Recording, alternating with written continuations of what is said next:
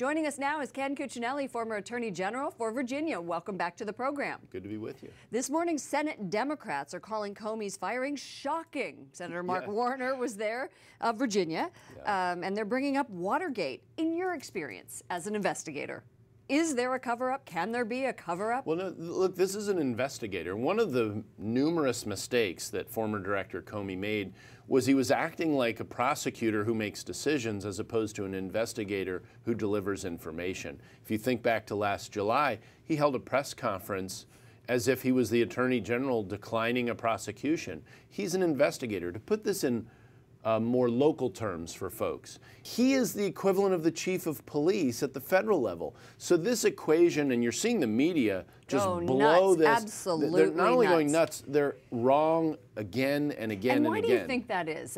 I know that you were on another network, and there were people who just were talking as if they knew what they were talking about, as if they had been investigators. Well, of course, they're in the habit of trying to sound like they know what they're talking about, but it was a little difficult as someone who has run an investigative agency to sit there with a bunch of people who hadn't and listen to all these declarations of truth. And as we're on EWTN, we get to actually talk about truth. Isn't that great? All right, you're coming back. But, you know, in law, we'd call it ipse dixit, a naked assertion. They just spew it out there.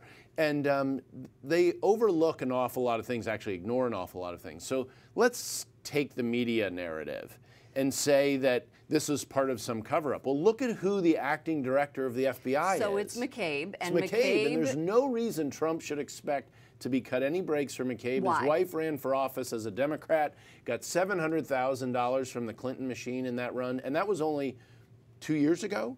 So this is not old, and he actually has a little bit of a partisan cloud around him for someone who's the director of the FBI. Nonetheless, that cuts completely against the media narrative that Trump is somehow going to gain an advantage by removing Comey in the Russia investigation. So let's get back to the investigation. This morning, Democrats were also saying, look, we have examples in Germany, we have examples in France of Russians meddling in the election. So should our... And historical examples here in this country. This is not the first time they've done this. So should the investigation continue? Sure it should. Absolutely it should. And look, there are new tools.